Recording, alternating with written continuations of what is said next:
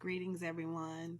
About 2 years ago, I discovered that I needed to make some major changes in my life. I know I was going through a midlife crisis, certainly experiencing some very traumatic and emotional things in my life, especially when you had a particular plan and you thought your life was supposed to go one particular way, and life is life.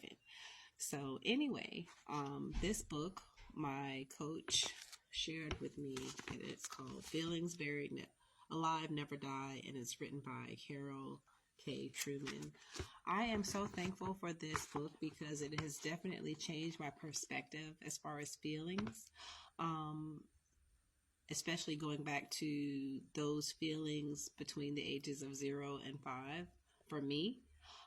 Going to find the root of the problem, because I've always wondered, what are these blockages? What are these things that are preventing me from achieving what I need to achieve? Why am I reacting or behaving in this particular way? So it really allowed me to dive deeper with my feelings.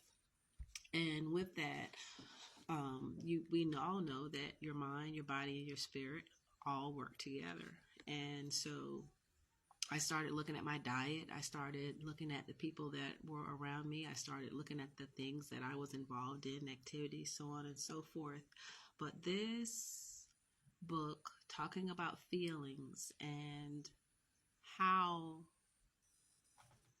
those thoughts, which we know are thoughts, produce our physical reality, if you know anything about that.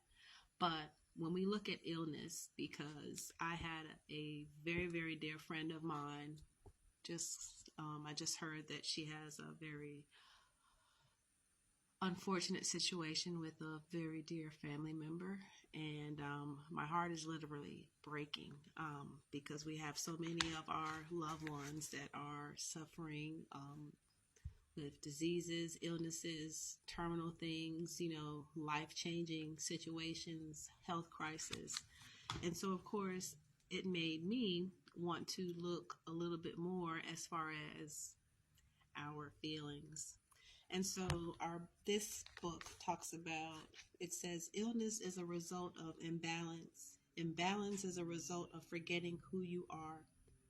Forgetting who you are creates thoughts and actions that lead to an unhealthy lifestyle and eventually to illness.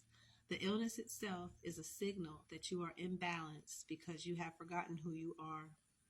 Illness can thus be understood as a lesson you have given yourself to help you to remember who you are. And I will continue reading. It talks about Ayurvedic healing, because my passion is health and wellness, but my approach is more of the holistic, natural approach. That is what I share with the people that are my clients. So it talks about Ayurvedic healing tells us that disease is at least a spiritual opportunity, if not a sign of spiritual crisis or change. And according to the main spiritual teaching of ancient India, disease is a vehicle whereby the truth of life and the truth of one's own self can be revealed. Could disease be a sign of a wrong action in life? Could it also be an indication that the soul is directing its energy within? Either way, disease requires a spiritual re-examination of our lives, particularly if the disease is severe. Hence, in order to understand and resolve any disease, self-examination is the first step and fundamental basis in accomplishing this. So I decided I had a health scare. I was having some situations with my breasts, and I need to get lots of different tests done. I'm glad that it was not cancerous, but it was very, very scary. And with fighting that issue, I also discovered, I used to suffer quite a bit with hypertension, and I was very close to being put on blood pressure medication. My doctors used to tell me, my stress level used to be out of off the charts. So, of course, I was looking for the root cause because I know that we have certain environmental factors, but I wanted to know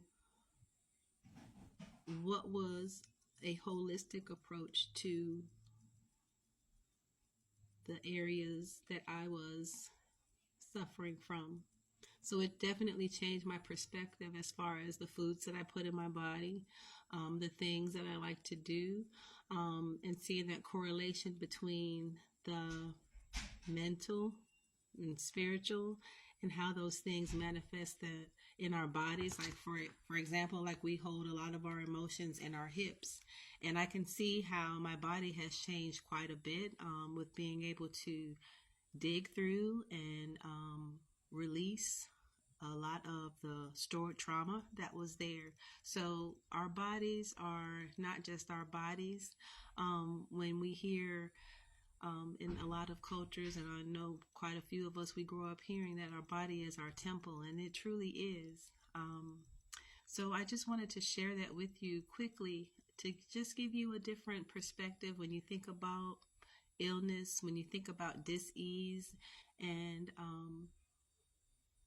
because a lot of us think that it's something that comes from the outside, and a lot of the answers that we need, or a lot of things that can be helpful along our journey, is to start to look more within, to be able to find out those things that have caused us to think the way we think, do what we do, eat what we eat, live how we live.